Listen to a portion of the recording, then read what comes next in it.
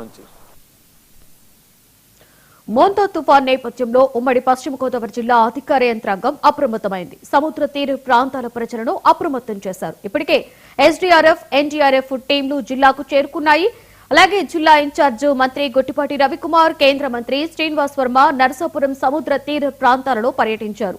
నూజివీడు నియోజకవర్గంలో మంత్రి పార్థసారథి పర్యటించారు. మరొకవైపు మంత్రి నాదెండ్ల మనోహర్ ఏలూరు కలెక్టరేట్ నుండి తుఫాన్ పరిస్థితిని సమీక్షించారు. ఇదే అంశం మీద మరింత సమాచారాన్ని మా రీజనల్ కోఆర్డినేటర్ రాంబాబు అందిస్తారు. మోంతా తుఫాను ప్రభావంగా ఉమ్మడి పశ్చిమ గోదావరి జిల్లాలో ప్రభుత్వ యంత్రాంగం అయితే పూర్తి స్థాయిలో అప్రమత్తమైందని కూడా చెప్పుకోవచ్చు.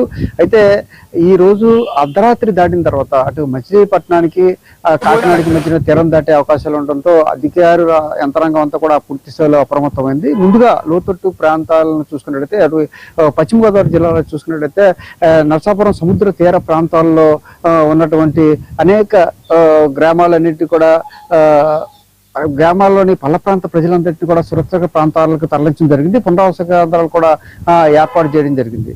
ఇక చూసుకున్నట్లయితే నరసాపురం మండలంలోనే చిన్నమైన వాళ్ళంక, పెద్దమైన వాళ్ళంక, మోళ్లపర్రు, అదే సరిపిల్లి మొదలగు ప్రాంతాల్లో దాదాపుగా అన్ని గ్రామాల ప్రజలు కూడా ఎప్పుడు తుఫాన్ వచ్చే సరే వాళ్ళకి ఎఫెక్ట్ అయ్యే ప్రాంతాలు ఉన్నాయి కాబట్టి వాళ్ళందరినీ కూడా ముందస్తుగా అధికార యంత్రాంగం ప్రభుత్వమే పునరావాస కేంద్రాలకు తరలించారు. అదే రకంగా చూసుకుంటే ఇటు ఏలూరు జిల్లాలో చూసుకున్నట్టయితే ఏలూరు జిల్లాలోని దాదాపు 12 మండలాల పరిధిలో ఎఫెక్ట్ అయ్యే పరిస్థితులు అయితే ఉన్నాయి. ముఖ్యంగా చూసుకుంటే ఇటు కైకులూరు మండలం, అదే రకంగా కైకులూరు ముదినేపల్లితో పాటు ఇటు భీమడోలు, అదే రకంగా ఏలూరు, అలా చూసుకుంటే దాదాపుగా 7 మండలాలు, ఏలూరు, భీమడోలు, అలా దాదాపు 7 మండలాల ప్రాంతాల్లో లోతట్టు ప్రాంతాలు అయితే ఖచ్చితంగా తుఫాను ప్రభావం బారిన పడే పరిస్థితులు అయితే ఉన్నాయి. ఈ నేపథ్యంలో జిల్లా యంత్రాంగం పూర్తిగా అప్రమత్తమైంది. ఇప్పటికే ప్రత్యేక అధికారులు అందరూ కూడా నిరంతరం సమీక్ష చేస్తున్నారు. అదే రకంగా జిల్లా ఇన్ఛార్జి మంత్రులు కూడా అన్ని ప్రాంతాలకు వెళ్ళి పరిశీలన చేస్తున్నారు. ఏదైతే ముంపు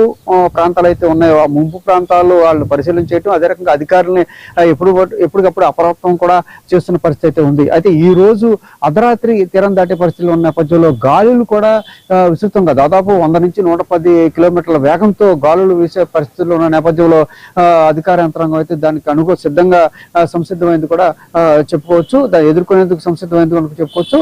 ఒక పక్క వరి పొలాలు చూసుకుంటే భీమడోలు, అదే రకంగా చూసుకుంటే కైకులూరు, ముదినేపల్లి ప్రాంతాల్లో కొన్ని ప్రాంతాల్లో కొంతవరకు వరి పొలాలు అయితే ఒరిగినప్పటికీ కూడా ప్రస్తుతానికైతే బాగానే ఉన్నప్పటికీ అర్ధరాత్రి తీరం దాటే వరకు కూడా కొంత అందరూ కూడా జాగ్రత్తగా ఉండాలని కూడా సూచించడం జరిగింది. అదే రకంగా రేపు కూడా స్కూళ్ళు అయితే అనేక ప్రాంతాల్లో స్కూళ్ళు కూడా సెలవులు ప్రకటించడం జరిగింది.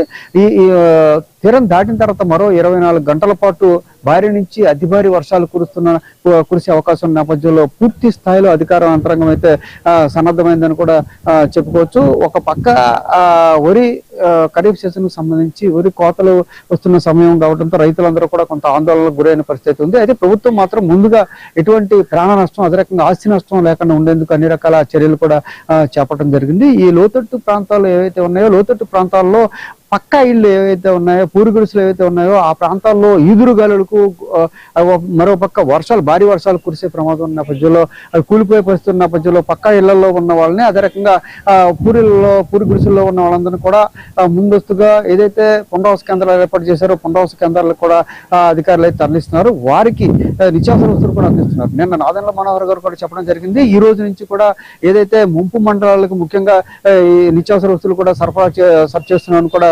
చెప్పడం జరిగింది.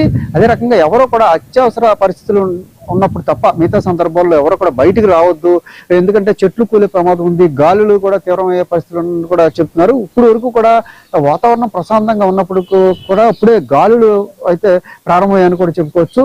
గాలులు వేగం కొద్దిసేపటి నుంచి కూడా ప్రారంభమైంది. పొద్దున ఉదయం వర్షం కురిసి తర్వాత ఆగినప్పుడు కూడా గాలులు ఇప్పుడే ప్రారంభమైన పరిస్థితి ఉంది. ఈ నేపథ్యంలో సముద్రాలు కూడా అల్లకల్లంగా మారిన పరిస్థితులు అయితే ఉన్నాయి. మొత్తంగా చూసుకుంటే ఇటువంటి ప్రాణ నష్టం జరగకుండా ఉండేందుకు జిల్లా యంత్రాంగం పూర్తి స్థాయిలో 24 గంటలు కూడా మానిటరింగ్ చేస్తుంటూ ప్రత్యేక అధికారులు ప్రత్యేక తుఫాన్ సెల్ కూడా ఏర్పాటు చేస్తూ నిరంతరం కూడా పర్యవేక్షిస్తున్నారు. తుఫాను ఎటు ప్రభావం ఎక్కువ చూపించే అవకాశాలు ఉన్నాయి. తుఫాన్ ప్రభావం చూపించే ప్రాంతాల్లో ముందస్తుగా ప్రజలను సురక్షిత ప్రాంతాలకి తరలించేందుకు కూడా అన్ని చర్యలు తీసుకున్నారు. ఇప్పటికే దాదాపుగా పునరావాస కేంద్రాలు ఏర్పాటు చేయడం, ప్రజలందరినీ కూడా పునరావాస కేంద్రాలకి పల్ల ప్రాంతాల ప్రజలని పునరావాస కేంద్రాలకు కూడా తరలించడం కాకుండా వారికి నిత్యావసర వస్తువులు కూడా అందిస్తున్నారు. ఈ రోజు అర్ధరాత్రి వరకు కూడా అందరూ చాలా అప్రమత్తంగా ఉండాలని కూడా ఇన్ఛార్జి మంత్రులు కూడా ఆదేశిస్తున్న పరిస్థితి ఉంది. పశ్చిమ గోదావరి జిల్లాలో ఇన్ఛార్జి మంత్రి గొట్టిపాటి రవికుమార్, అదే రకంగా కేంద్ర మంత్రి శ్రీనివాస్ వర్మ కూడా పరిశీలిస్తున్నారు. అదే రకంగా ఏలూరు జిల్లాకు వచ్చేసరికి నాదెండ్ల మనోహర్ జిల్లా కలెక్టర్ కార్యాలయంలో నిరంతర అధికారులు సమీక్షలు చేస్తూ ఎవరికి కూడా ప్రాణ నష్టం జరగకుండా ఉండేందుకు, తుఫాను ప్రభావం నుంచి ముందు ప్రాణ నష్టం లేకుండా ఉండేందుకు అన్ని ఏర్పాట్లు కూడా అన్ని అధికారులతో సమన్వయం చేసుకుంటూ ఏర్పాట్లు అయితే చేస్తున్నారు.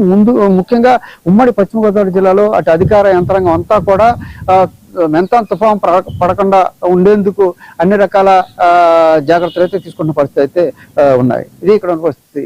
ఏలూరు నుంచి కెమెరామన్ శ్రీనివాస్తో రాంబాబు, 19 టీవీ.